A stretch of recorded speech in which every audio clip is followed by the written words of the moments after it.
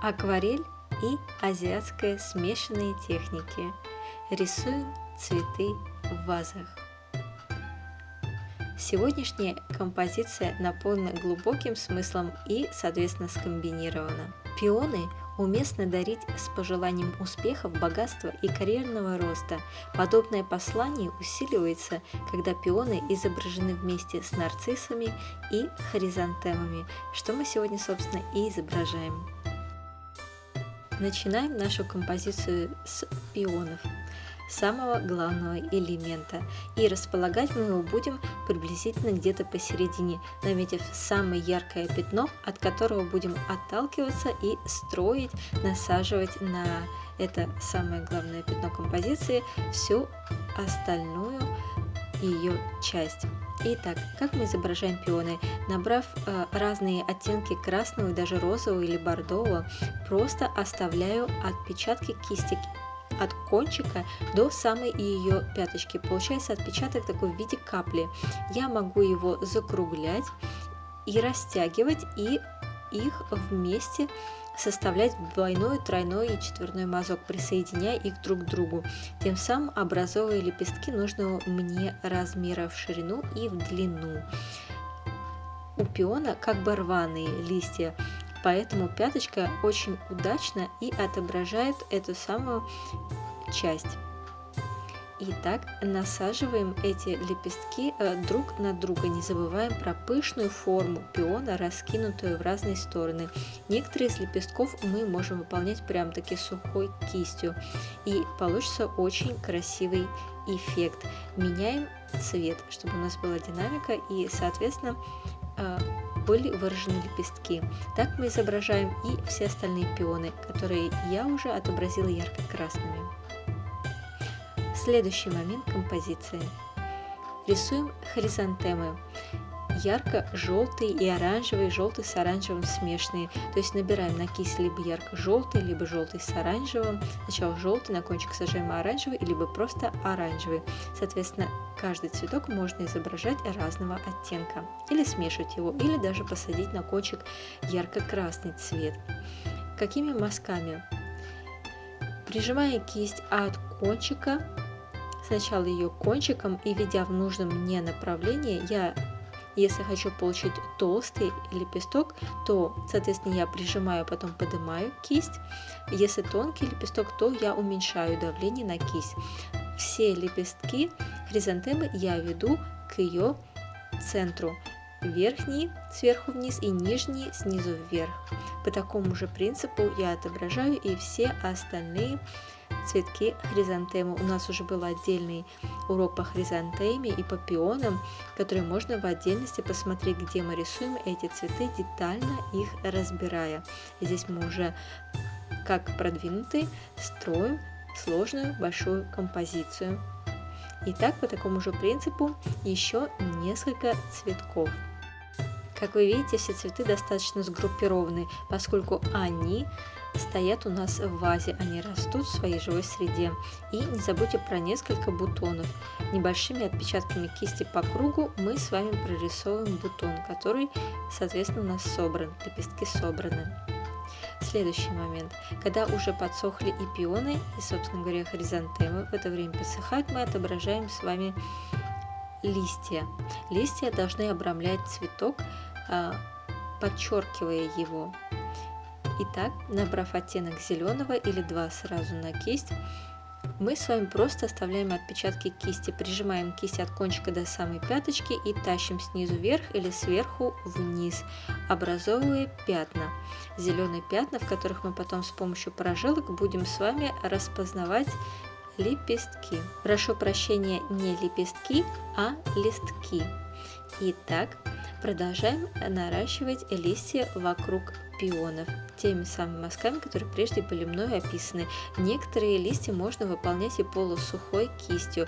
Получится очень красивый эффект, что листья как бы у нас пропадают и считаются снова в воздушной перспективе, что лучи света его пронизывают. Закончив с листьями у пиона, мы с вами переходим к хризантеме. У бутона мы должны подрисовать своеобразное цветоложе, а затем прорисовываем с вами стебли. Стебли у хризантемы больше напоминают даже ствол, и причем он достаточно твердый, этот стебель. И мы его рисуем тем же самым мазком, что и прежде, когда мы изучали с вами хризантему. Можно двигаться сверху вниз, и тогда у нас будет движение вниз, немного назад, вниз, немного назад, или снизу вверх, тогда будет вверх, немного назад, вверх, немного назад. В зависимости от толщины, собственно говоря, стебля, мы либо работаем самым кончиком, либо прижимаем кисть до середины, либо целиком до ее пяточки.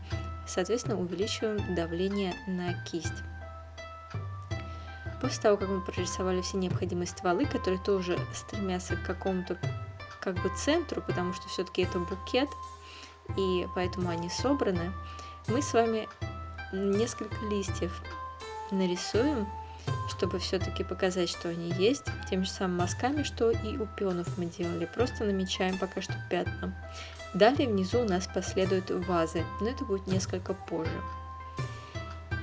Сейчас мы займемся нарциссами.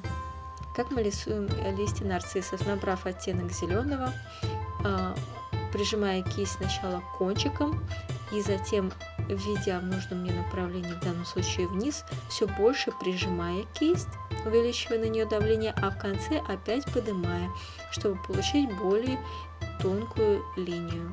Значит, ставим на кончик, нажимаем, увеличивая давление, и опять поднимаем, утоньшая линию, а значит, уменьшая давление. И таким образом мы получаем с вами листья нарцисса. Нарцисс – луковичное растение, и наши нарциссы пока что еще здесь не посажены, поэтому подрисуем им луковички. Пока что наметим просто отпечатками кисти дугообразными оттенком коричневого эти луковицы. Потом мы прорисуем их более детально. И теперь сами цветы нарцисса, которые мы тоже с вами уже отдельно рисовали, этот урок можно посмотреть. Набрав черной краски, не тушь, тушь достаточно течет, поэтому я предпочитаю краску, но вы можете работать и тушью, если вы ею хорошо умеете пользоваться. Мы самым кончиком кисти рисуем нарциссы, цветки нарцисса контурным способом, просто намечая 5 его лепестков по кругу, оставив в середине пустое место, где мы будем прорисовывать его серединку далее. И переходим к следующему моменту. В нашей вазе будут красоваться несколько павлиньих перьев, которые очень активно используются в декоре в вазе. И мне тоже это очень нравится. Итак, намечаем середину павлиньих перьев ярко-синим цветом, вот таким способом, сначала наметив контуром, а потом закрашиваем. И переходим к следующему моменту, пока эта часть подсыхает. Просто отпечатками кисти дугообразными от кончика до пяточки, желтым и немного на кончике, имев оранжевого цвета, мы прорисуем серединки у нарциссов. И самым кончиком кисти, оттенком зеленого, мы прорисуем стебли, которые, соответственно, стремятся к луковице, из которой они прорастают. Далее пионы уже подсохли, и мы прорисуем у них тычинки ярко-желтым цветом, оставляя отпечатки, похожие на запятые. Во всех пионах мы прорисовываем их таким образом. И интересный элемент заднего плана. Мы прорисуем деревянную оконную решетку в азиатском стиле. Набрав оттенок коричневого, мы просто прорисовываем линии. Они не должны быть идеальными. Будет даже лучше, если они будут не идеальными. И сухой кистью мы тоже здесь достаточно часто работаем, чтобы получить красивый эффект и чтобы это было более похоже на дерево. Просто проводим с вами линии оттенком коричневого, не забывая, что сухую кисть мы сразу не наполняем, а проводим и несколько линий и сухой кистью. Вот такой интересной геометрической конструкции будет у нас с вами решетка. Достаточно необычно для европейского глаза, но очень красивая. Итак, мы работаем с вами отпечатками. Мы рисуем линии, где-то прижимая кисть от кончика до самой пяточки, а где-то от кончика до ее середины. Рисуем такие вот прямоугольники внутри решетки. За это время листья уже подсохли, и теперь можно прорисовывать прожилки. Набрав оттенок зеленого, самым кончиком кисти мы прорисовываем с вами прожилки, и можно даже очертить листья с внешней стороны. Как я уже говорила, всяческого рода контуры придают нашей работе большую аккуратность, но в принципе, если вы не хотите выделять листья таким образом из цветовых пятен, то этого можно и не делать. Но тогда было лучше рисовать листву тушью и, соответственно, регулировать ее концентрацию, то тогда бы это смотрелось более выгодно. Поскольку мы работаем в цвете, лучше все-таки очертить наши листья, включая листья нарцисса, контуром и прожилками. За это время подсохли у нас серединки павлиньих перьев, и мы обведем их тоже черным контуром.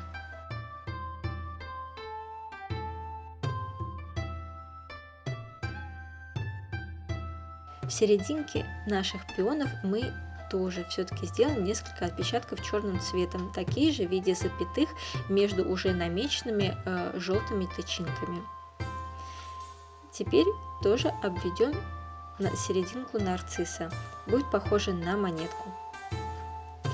И, как я уже прежде говорила, нам нужно будет придать более такую четкую форму луковицам. Черным цветом задаем им контур. И немного сухой кистью придадим еще большего объема луковицы. И переходим к хризантемам. То, что у нас получились такие весьма непонятные желтые шарики, это не страшно. Сейчас мы будем выявлять с помощью черного контура в них лепестки. То есть мы должны будем сейчас распознавать глазом в тех самых мазках, которые мы наметили, вот эти самые лепестки из этого желто-оранжевого пятна.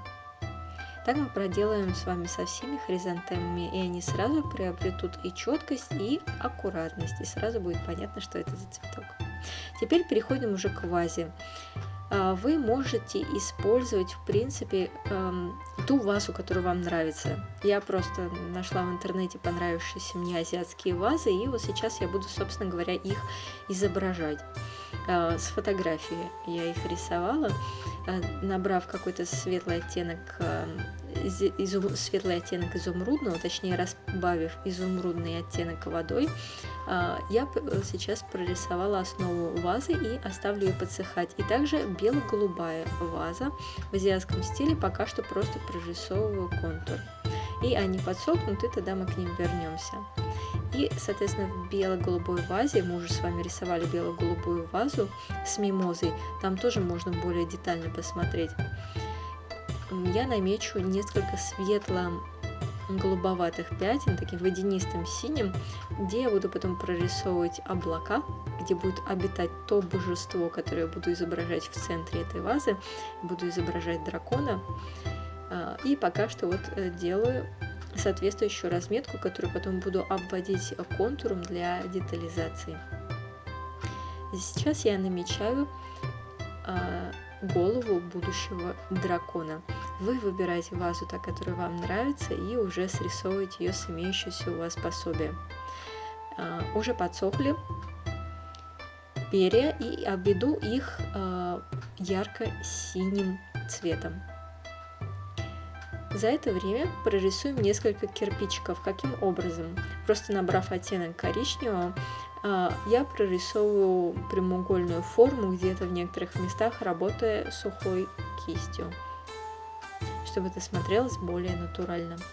В общей сложности мы рисуем с вами окно с внешней стороны, и около него стоят вазы и будущий нарцисс, который мы будем сажать, тоже там лежат. Итак, мы сейчас прорисуем корни у луковицы черным цветом, просто линии, самым кончиком кисти. И еще немного поработаем с решеткой, чтобы сделать ее более ярко выраженной и естественной. Наберем темно-коричневый цвет на кисть и больше всего будем работать сухой кистью. Можно даже распушить кончик кисти прям-таки просто пальцами и вот так вот повозить и поскрябать по всей решетке, по всем ее частям. И затем немного небрежного контура. И чем небрежнее будет он, тем лучше. Самым кончиком кисти темно-коричневым цветом обведем решетку по ее формам. За это время основа для вазы высохла. И теперь, набрав на кисти ярко-изумрудный цвет, я просто сначала обведу ее контуром, а затем буду переносить тот самый рисунок, который я для себя выбрала. Тут я уже, как говорила, вы выбираете свой рисунок или можете повторить тот, который вы сейчас видите. Работаем просто кончиком кисти и просто прорисовываем детали. Кое-где какие-то детали заполняем, если такие имеются, на той вазе, которую вы изображаете. На этой вазе будут изображены два типа цветов. Один из них, который я сейчас рисую, это хризантема, а другой цветок, второй с противоположной стороны, в противоположном круге, это будет камелия. Очень интересное сочетание, да? Оба эти цветка, они чайные. Из них можно заваривать чай, как из хризантемы, так и из камелии. Это чайные цветы. Что очень мне понравилось, это одна из причин, почему я выбрала именно эту вазу. А также из азиатских ваз я больше всего люблю именно эти два типа: бело-голубые вазы и вот эти вазы светло-зеленоватого оттенка. Сейчас мы с вами прорисовали камелию, и листья на той и другой вазе изображаются одинаково. Соответственно, все вазы имеют на себе рисунок в виде орнаментов, какую бы вазу вы ни рисовали. И опять возвращаемся к перьям и обводим их оливковым цветом, желто-зеленым. Перья мы будем возвращаться несколько раз в процессе их подсыхания.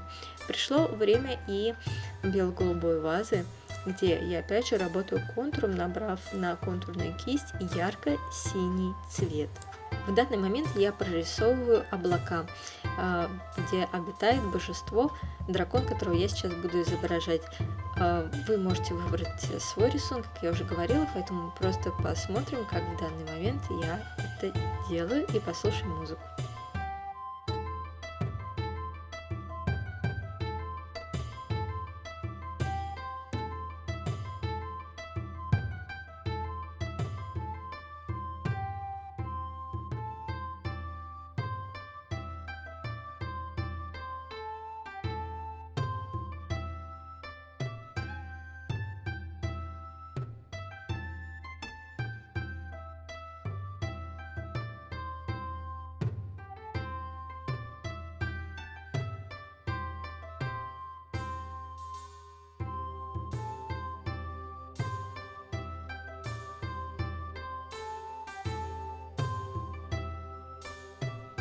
И возвращаемся к нашим павлиньим перьям. Прорисуем им контуром, набрав на контурную кисть черной краски основание, на которое мы будем насаживать перышки. Набрав ярко-изумрудный цвет на кисть, я прорисовываю перышки самым кончиком. Смысл в том, чтобы они часто пересекались и смотрели в разные стороны, чтобы у них была ракурсность, чтобы появилась живость и объем, чтобы они смотрелись более натуральными. У верхушки нужно будет поменять цвет на коричневый оттенок. Вообще павлиньи перья спорный вопрос, здесь можно использовать даже золотой, потому что павлиньи перья, они на свету очень красиво сверкают и отдают золотым, поэтому можно даже с золотистой краской все это потом покрыть. Так что цвета здесь можно выбирать самому. И далее. Теперь, когда уже работа практически закончена, нужно будет только немножко еще поработать с павлиньими перьями, я решила задать немного фона и теней. В принципе, этого можно было и не делать, потому что, как мы знаем, в азиатских композициях всегда должно быть много белого пространства, поскольку здесь речь идет о теории инь и янь, да, о заполненности и пустоте. То есть должна быть как заполненность, так должна быть и пустота. Но поскольку я использую смешанную технику с акварелью, я все-таки не удержалась и решила таки фоны и тени добавить. И взяв оттенок сиреневого, даже фиолетового, в каких-то местах добавляю больше насыщенности цвета, соответственно, там, где ближе к объектам. я начинаю заполнять пространство. И, как я уже говорила, нужно нам еще немного поработать с перьями.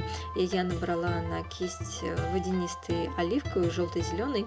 И сейчас заполню пространство самих перьев, да, между теми самыми яркими перышками, которые мы нарисовали, чтобы они были более заполненными. Это я делаю потому, что я все-таки нарисовала фон. Если бы фон не рисовала, этого бы я не делала.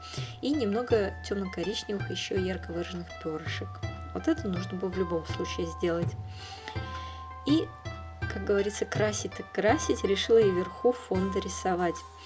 Все заполняю фоном сиреневым тоже вверху, и окно сразу будет смотреться как бы сияющим, поскольку оно достаточно белое, из него как будто бы будет идти свет изнутри. Ну, в общем-то, это последние штрихи. Надеюсь, вам было интересно. Оставляйте комментарии, чтобы еще бы вам хотелось, чтобы мы вместе нарисовали.